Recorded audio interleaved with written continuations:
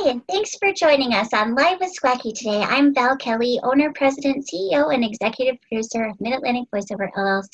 And I'm so excited about our guest today. We have Lillian Rachel on our show. She is British-born, DC-based, and her voice is described as elegant, assured, and sparkling. Thanks for joining us today, Lillian. Hi, Val. Thanks so much for having me. This is fun. You're welcome. Oh, absolutely. We're so honored that you would take the time to talk with us today. So let's start out by hearing about your background and how you got started in voiceover. It was a long journey. When I very first moved to the States many years ago, I got asked to do some radio commercials simply because of my accent. I had no idea what I was doing. And although I did it for a little while, I never really thought about doing it as a career. It didn't even really occur to me. I was so focused on other things at the time. And then I raised my kids, and as they grew up and started leaving home, my daughter, my eldest daughter, had a story published in an anthology with other stories, and that was going to audio. And so she told me about it, and I actually learned how most audiobooks these days are actually recorded in home studios. So it was definitely audiobooks that hooked me and made me think. It was like a light bulb moment. I was like, oh, wait a minute, audiobooks? I love audiobooks. And I've done so much reading and presenting, teaching over the years. And I thought, this might be something that might work for me. So I embarked on about a year of training and learning about the industry and more training before I decided, yep, I'm committed to this. And so I launched literally just looking at audiobooks. And then as I learned about audiobooks and the voiceover industry, I learned about how much else is available to voiceovers, and yep, haven't looked back since. That's great. That's such a great story. I think, it's always so interesting to hear how people get started, and a lot of times I think it is just, either as a child something happened and it was something that led you to it, or it was something later in your life that led to it. And it's always so exciting to hear how people get that door kind of opened and that window of opportunity falls in front of them. So that's really great. So on your website, like I said before in your introduction, your voice is described as elegant, assured, and sparkling. Tell us about how you chose those adjectives and what your vision was behind your branding. Okay. Yes, it's always hard to decide how to describe yourself. So during the course of training, it's actually training with Sean Pratt for nonfiction audiobooks. He does some business training too, which is really useful for me, looking at the business side of things. And I had reached out and asked friends and colleagues, various people, quite a few different people across the spectrum, to listen to some samples, listen to my demos, and pick voice adjectives that would describe my voice. So we're really looking for words that would describe different areas of my voice, like my character, my voice qualities, voice delivery, that type of thing. And ended up with a list of about 20, 30 words, different adjectives. And going down that list, there were some words and areas, types of words, which were repeated again and again and again. So those three words came out of that. Yes, my voice quality and my character, I guess. So elegant, I think a lot of people describe the English accent as elegant. And I thought, you know what? I like the way that comes across. And certainly in my branding, when I was looking at different brands that I admire, the brands that I'm actually attracted to portray something that's classic and stylish and have an air of quality about them. And so I really wanted to portray that kind of aspect as well. And that's the type of work that I'm getting as well. So it was fun to try that. Great. That's it's always great when you come up with your brand and then you start booking work that goes along with it, you know, that suits your brand. So that's really great. Yeah, you've got to Yeah. have that mesh between what you want, what you're trying to portray, and actually who you are. Exactly. So, It has to be personalized, otherwise it doesn't come across to your potential clients. you've got to be authentic. Right. It's got to be authentic. Yeah. Good. So, British born and DC based, do you find it challenging to book work with an accent? Oh, there's definitely pros and cons there. I stand out in the American market because there are a lot of British voiceovers in the States, but not as many, obviously, as in England. So the market is smaller, so I can stand out more. But in the corporate work that I do, because I'm in the States, I'm not able to make those natural connections that I would do if I was living in England. And obviously, a lot of businesses in the States, their brand would not be well portrayed by a British accent. So there's got to be that match there. Having said that, my accent now is quite naturally more of a transatlantic or mid-Atlantic accent, and a lot of international companies want that. So that's another plus. But it's a niche market, so it's just finding the right connections. Do you think it prevents you from booking any type of work that you'd like to be doing that you're not? Again, I think it's just finding the right market. It does prevent me from doing some US-based work for sure. Like I was saying, perhaps like with telephony and corporate branding work. That can be a downside. But having said that, you know, with the international companies, it's an upside. So I have turned down work offered to me because I didn't think my voice was a good match, which is hard to do.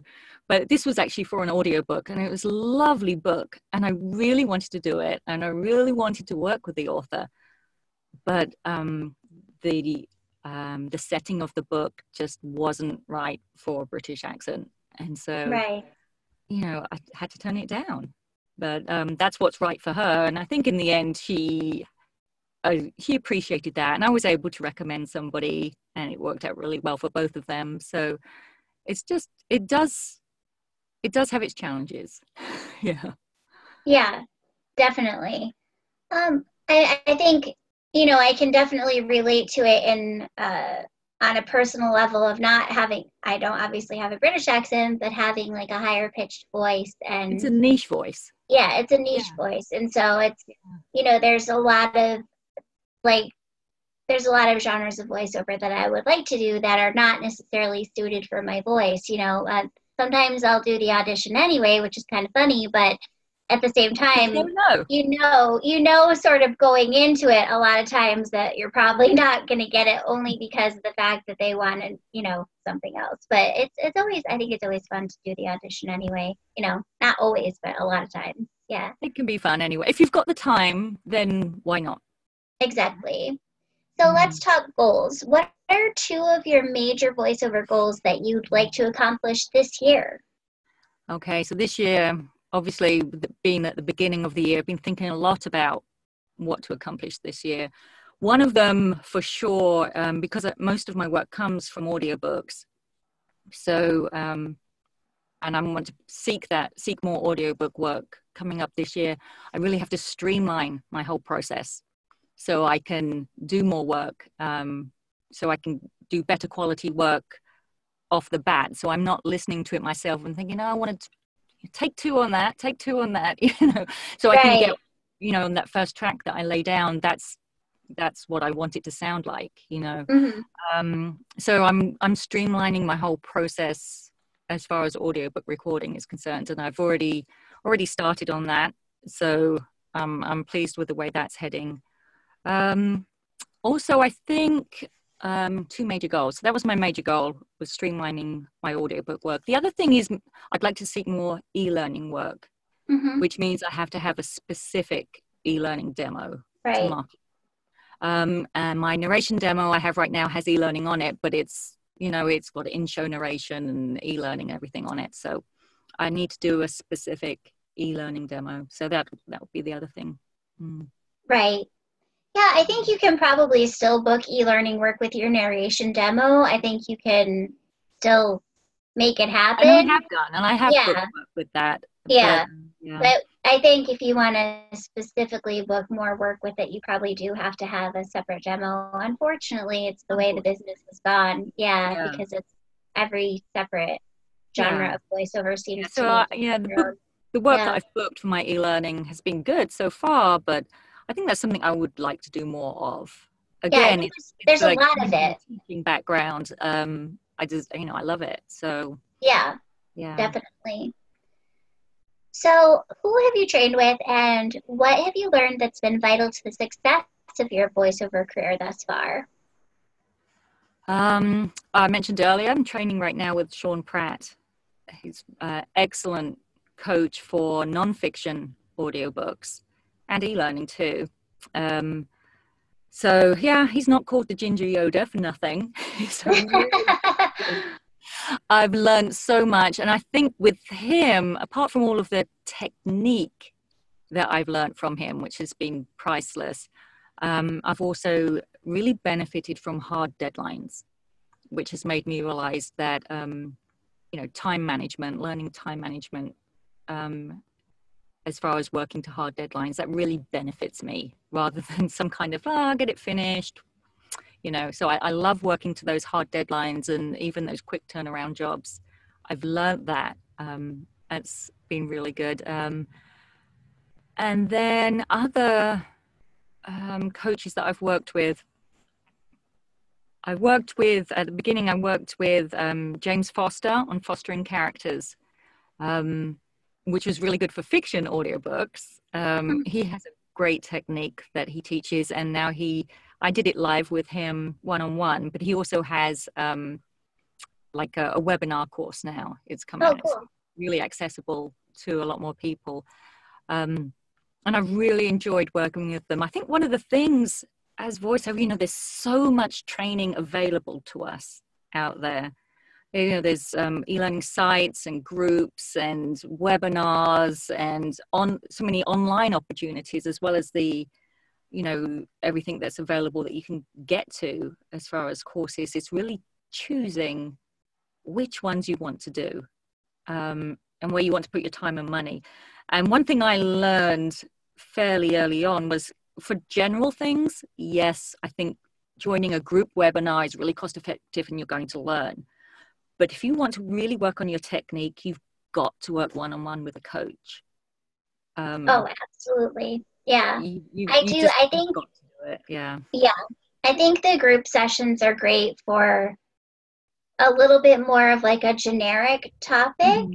or Yeah. if it's a small group, especially like 6 to 12 people is a really good size. I think anytime you get above 12 people, it gets a little bit hard for the person teaching to actually focus on each individual in a webinar setting, especially. Yeah. But I do think that when you're kind of honing in on something that you want to be an expert in, you have to get that one-on-one coaching, because it's just the Yeah. only way to really get the direct feedback that you need from an expert, and so that's like really, really important. Yeah. And Sean Pratt is definitely amazing. We had him at one of our Mid-Atlantic voiceover conferences a few years back, and he was absolutely outstanding. I highly recommend him to everybody who's For sure. into audiobooks, and just the business side of it as well. He's like very, very knowledgeable. I don't know Foster, but yeah, I'm sure he's great. Yeah, he's good. I worked with Johnny Heller at the Mid-Atlantic as well, and he was excellent too. Absolutely. You learn so much in such a short amount of time. Yeah. Yeah, For webinars, I really like Gravy for the Brain. Just for the value that you get for your monthly membership with Gravy for the Brain. The webinars are great. And a lot of them, and they have those small feedback sessions too. So you can get live mentoring from them as well, as far as just general things. I think is excellent. Yeah, I think Gravy for the Brain is such a great company because they really have their members' interest in mind, first and foremost. And they're so they have such a vast knowledge of the industry, you know, and so they're, you know, a little bit larger of a company, but they obviously know exactly what they're doing, and they know how to reach people, and they're very, you know, very personable and looking out for the interest of their members. And I really appreciate that a lot about them, which I think is great. They offer some really great content. So that's good. Yeah. Let's see. So what would you say, that some of your biggest challenges in your voiceover career have been so far? Initially it was the tech side of things. Mm-hmm. I think a lot of people who come into VO that haven't been in the industry before don't realize how much tech is involved. I mean, it's not a huge amount, but when your knowledge level is, you know, 0 to start off with, your learning curve is very steep. So learning the tech side of things, which I'm glad that I did, you know, learn all the editing, how to edit and everything, although now I outsource, so it goes to someone who does a far better job than I do. But right. I can do it, and I can understand the process, which really helps with the recording too. So learning the tech side of things and learning different software was a big challenge. But at this also, I think the business side, knowing that, you know, it's not just, you know, every time an audition comes up, it's great. When I'm working on a job, it's great. When I'm recording an audiobook, I just get into it and I'm just enjoying the whole process of recording. But beyond that, there's the running of the business. And I think being a business, an entrepreneur, that's challenging. And I think just learning to enjoy the process of that as much as I can enjoy the business side of things is huge. Yeah, It's definitely challenging. I think that a lot of people struggle with that, and it's just a learning process. You know, it's also, you know, getting coaching and training on the business side of it is as important as getting the coaching on the actual honing of your skills at the same time, because if you're a great voice actor, but you have no idea how to run your business as a voice actor, it's eventually gonna hurt you, because you can't have one without the other, really. Right. And it's a balance, you know. And I think that's what I've heard from a lot of people lately, is that it's been those two things actually have been people's struggles, the technical side and the business side, because those are things that people don't necessarily want to trade in, because it's not, they don't necessarily consider it like improving their skills, but it actually is improving their skills, you know, because if you're a really great business person and you're following through with every last detail that you need to, then everything else on the talent side is going to fall into play better, because you've got the balance between the two, you know? Yeah, definitely. So we just had a few weeks ago, we had a webinar with Tom Deere, and you were on that call, right? The one with Tom Deere? Yeah, marketing. Excellent. And Tom is just one of those people in the industry that you just like to sit down with him for about like 6 to 8 hours and just be like, listen, I need you to tell me everything I need to know about everything business-wise, you know, because he's just so knowledgeable. It's just unbelievable, you know. And I think, you know, he's just a very business savvy person, you know, but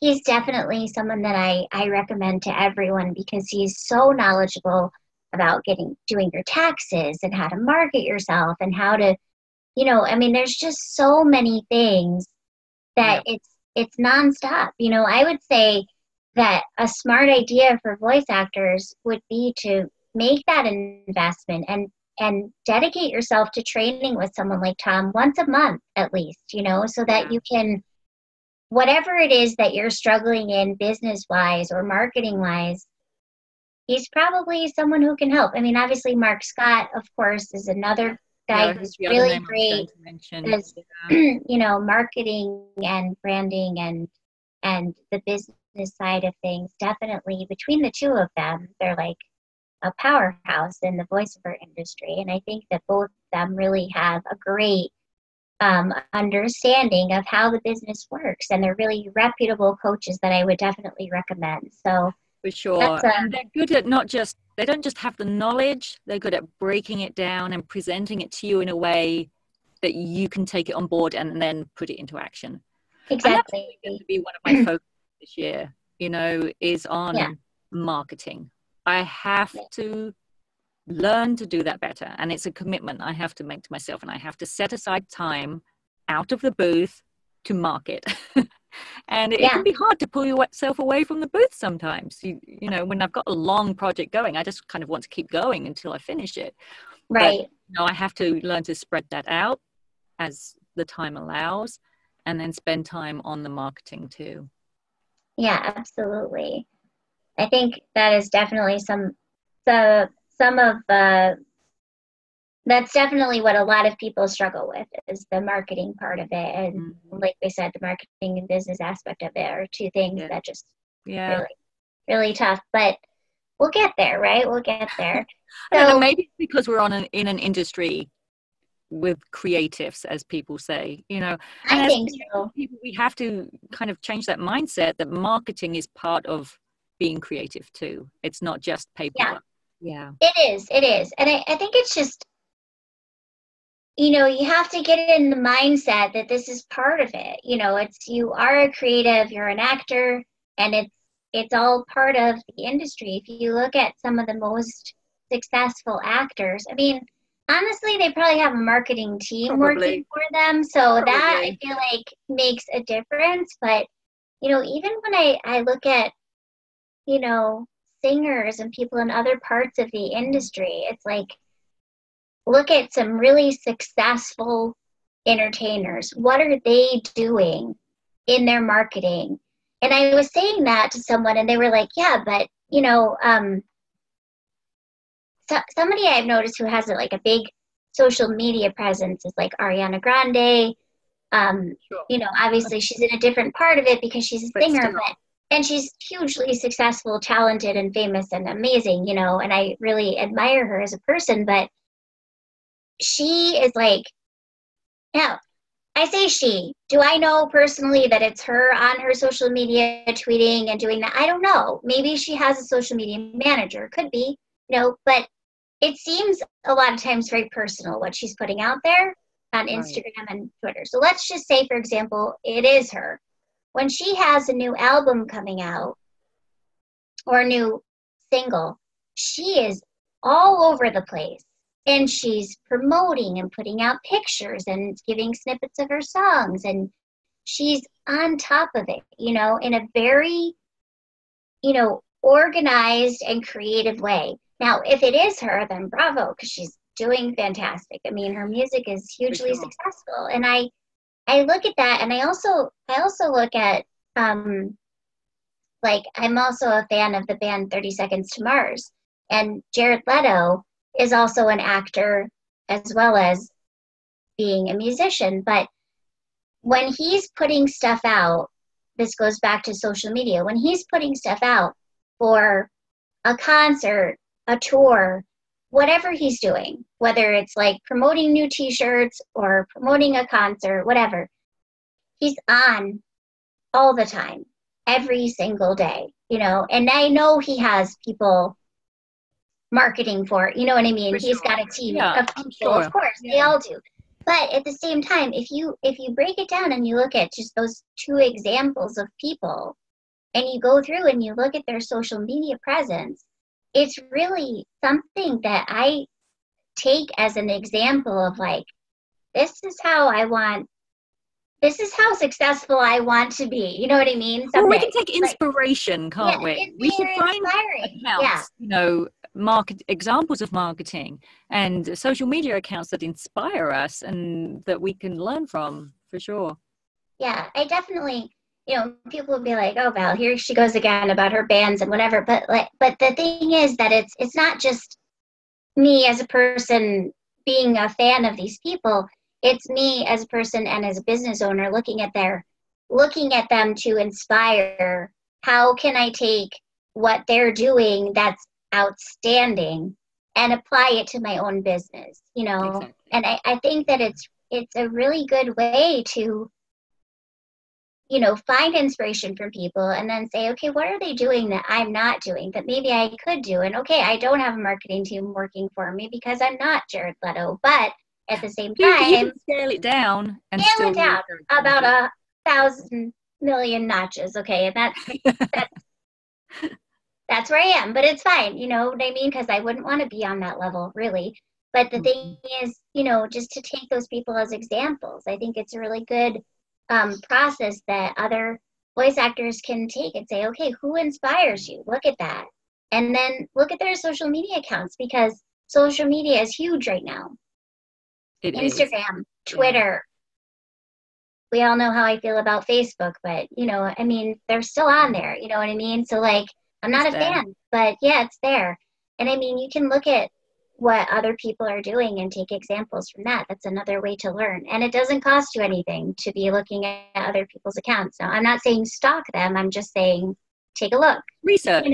Research. Yes. Not stalk, just research. Just research. Yeah.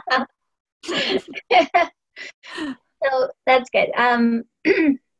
So we've talked about your challenges. We've talked about my challenges. Now, what have your biggest successes in your voiceover career been so far, would you say? I think actually just getting to where I am right now, where people say, do something every day that scares you. If your goals don't scare you, they're not big enough.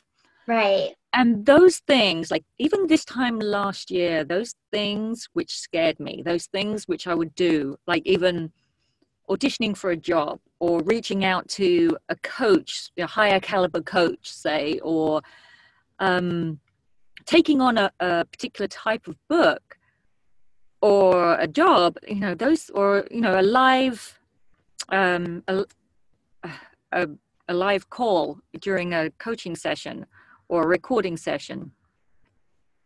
Those things that would have scared me a little bit a year ago, those things now I'm like, yeah, of course I'm going to do that because that's where I need to go.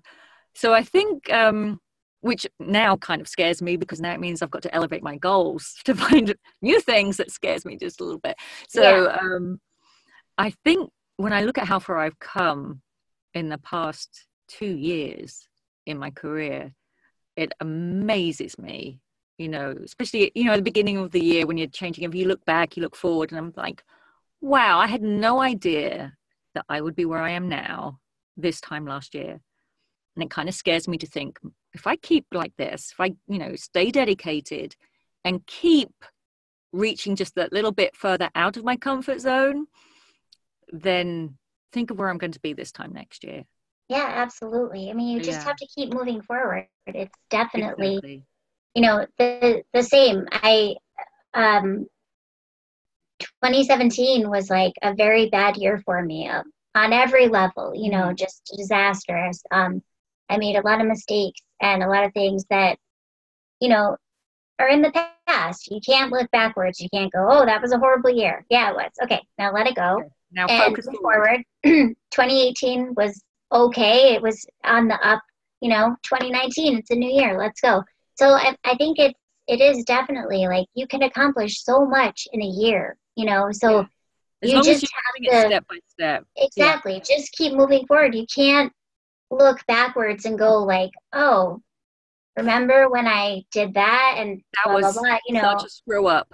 Yeah, exactly. And I don't want to focus on my screw ups. Exactly. Sometimes I find myself, falling into that trap of like, oh, remember when you did that stupid thing? And it's like, okay, now let it go. Like, it's the past. You can't, and I think that's another thing on social media where you see what I've noticed is that if you stay positive and you present yourself in a positive way, no matter what else is going on in your life, no matter what negative things might have happened or are happening, if you present yourself in a positive, inspirational way, people will be inspired to keep going and to move forward. If you put one negative thing out there, people are like, I don't think so. I don't really need to follow an account like this, because everyone has their own stuff going on that you don't know about, and you don't want to present it in that way. You don't need to share the negativity. You don't need to. Yeah. Have a conversation in private with a friend. You don't need to promote. And I don't know. I think I'm just intrinsically hopeful. It takes a lot to drag me down. You know, I have to make an effort if I really want to be mad at someone. I have to it takes an effort to stay mad at someone. It's just the way I am. Yeah. You know, I just, you know, and so I think it does come across, and you attract your tribe, right? Exactly. So you've just got to keep putting out there. And if you do, I'm much more of, you know, the tortoise and the hare. It's like, I know that I'm not like a crazy steamroll ahead. I'm going to make it at any cost, climb on the backs of other people to make it to the top. That's just not who I am. I'm the tortoise. I'm going to keep plodding on, and I'm going to keep in my lane, and I'm going to keep doing my thing, and I'm making my progress. And, you know, in the end, it's the tortoise that wins the race, not the hare. So exactly. Yeah, definitely. You just have to keep, like I said, keep moving forward. That's the best way. So if you could work for any client in the world, who would it be? Like your absolute dream client? Okay. Isn't this where I'm supposed to say Disney? Doesn't everybody say Disney? Christian? Actually, that's not my dream client. You don't have to say Disney. Probably for me. No, it's okay. Although, you know, I'm not going to turn them down. It's okay. Right, exactly. Disney, call her. She's not going to turn you down. It's fine. It's great. No, it's fine. You can call me. I'll answer. I think probably the BBC, right? Because, you know, you get in with the BBC. I mean, have you ever heard anything by the BBC or seen anything? I mean, you get in with the BBC, you are in. Yeah. Okay.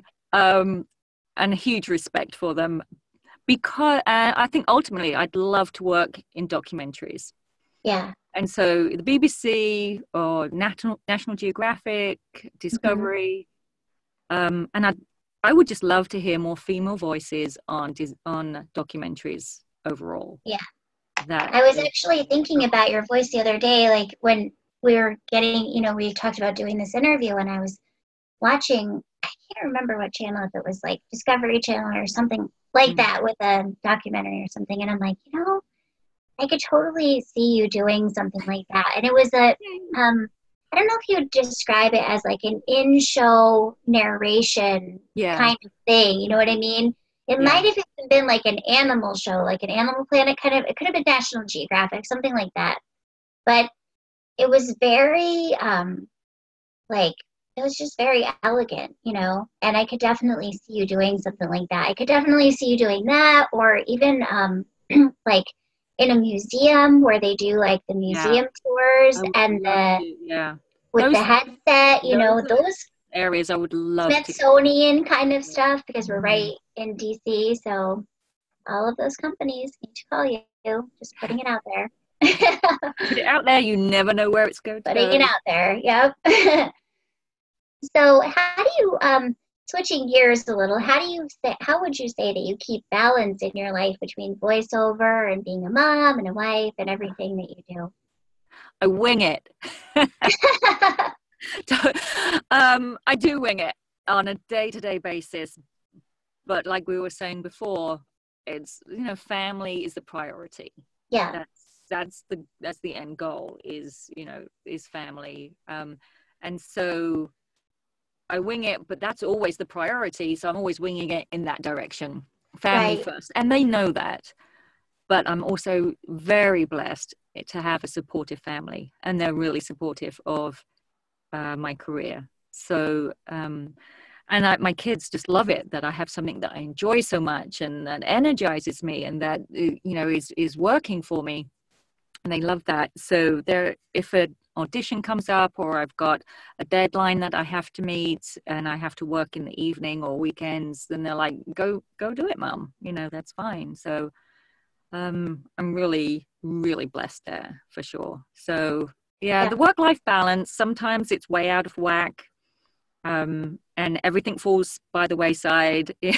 Laundry doesn't get done, and the house falls apart, and then we're having takeout for dinner. But then other times, I'll take the whole weekend off, and just spend the whole weekend. Imagine that, a whole weekend with the family. Oh my gosh. Yeah. So it changes from day to day as to where the time goes, but definitely it's family first, people first, over jobs. Yeah, for sure. That's how it should be. So how do you feel? We've talked about social media a little bit, but how do you feel about it for your voiceover career? Do you use it? I know you're on Twitter and Instagram. I don't know how you feel about the other ones. So you can just talk about the ones that you use and like. You have to be on social media these days. Yeah. People are looking for you. They're more likely to find you on social media than they are on your website. I don't know. And even if they go to your website, they're going to look you up on social media.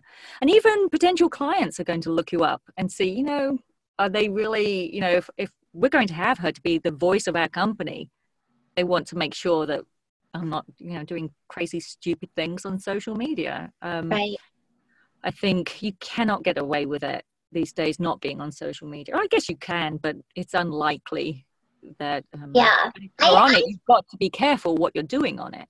Right. I think I've noticed in talking with a lot of people, for the show and with everything for the company, I think what I've noticed is people choose their favorite ones, their favorite social media platforms, and that's kind of what they stick to. It's some people are on Twitter and Instagram, but they don't use, they may have a Facebook account, but they don't use it, or, and I think it's and LinkedIn obviously is the other one that I think a lot of people are using. That what I love about LinkedIn is that it's strictly business. It's absolutely no, when I'm on there, it's like no nonsense. There's nothing ever, where you are with LinkedIn. Yeah. Although it's becoming a lot more social. LinkedIn is something I really need to utilize more. I need to do more on LinkedIn. I use Instagram the most. Pretty much, I like post to Instagram, and then from there, I post that to Twitter and Facebook. Right. So Instagram is my hub that I focus on. I'm trying to do more on Twitter because more potential clients are on Twitter, and that's how you can make a connection. You can really reach out and make a connection. I did a class with Jonathan Tilley on Instagram. He's a social media maven. He's amazing. Yeah. So, and that was a fun and an eye-opener. You've just got to remember to keep it authentic, keep it real, but don't overshare. Nobody needs to know what you're having for breakfast unless you're some kind of a health manager person and you're a dietitian or something. But right, exactly. I think the thing with cross posting from Instagram to Twitter, I would say the one thing I would caution you of there is just that if you're cross posting what you put on Instagram on Twitter, obviously on Twitter it's going to drive them back to your Instagram, right? So just be careful in your cross posting that you're driving the traffic to both sites. You know what I mean? Ways. Like if they don't have to go, if they're not on Instagram, right? Exactly. So that's the only thing I would say there. I don't really ever cross. I do cross post. That's not. I'm not to say that I don't cross post ever, but I usually don't do it from my Instagram account to Twitter because I just have a different goal on Twitter. My goal is for authentic people following me. I don't necessarily if they want to follow me on Instagram, they can find me. It's the same, username. Which I don't know if that's good or bad, but that's just the way I personally do it. I used to just cross post. That was it. And then I started doing more on Twitter. and looking, and then you actually see what the cross post looks like, you know, and it does a certain number of characters, and then it just posts Yeah. a Instagram link. And so, you know, they don't get the picture that you're posting. Right. They don't You get have to see the click on picture it. that you're. So if your caption just references the picture and it doesn't really make sense without the picture, it's not going to make that much sense on Twitter. Right. So I've started posting on Instagram, and then I will go and post on Twitter, but I'll post directly. And if I want the picture to be on Twitter, I'll upload that just directly to Twitter. So a lot of it is the same, but I've started not just, you know, choosing to cross post directly from Instagram. I'll open Twitter, and then I'll post basically the same thing, but Exactly. That's what I do. That's what I do. Yeah. I kind of think that's a better way to do it. I don't know what experts would say, but I think it's a better way, because then you're, you know, because if you're just posting a link from Instagram to Twitter, then on Twitter the link shows up, but then they have to click on it to see the actual picture. And I feel like a lot of people don't click, you know, or if you have a private account, there's too much stuff they don't need to. You've got less than a second to make an impact, and if exactly. your picture is the impact, they're not gonna. Definitely. Good. Well, let's see what else.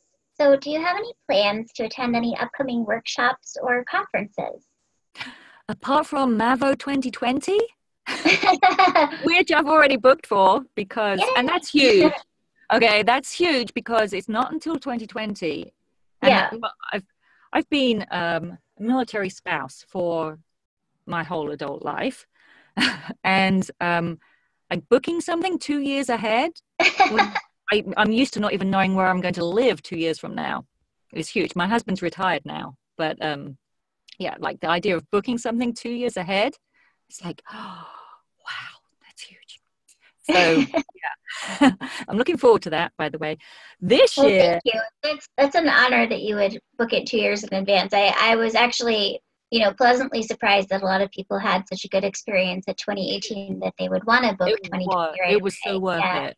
Yeah. It was really, really good. I gained a lot of benefit from that. And really, like you said, you kept it small. So I was really able to connect with new people, sit down and talk with people. Yeah, it was good.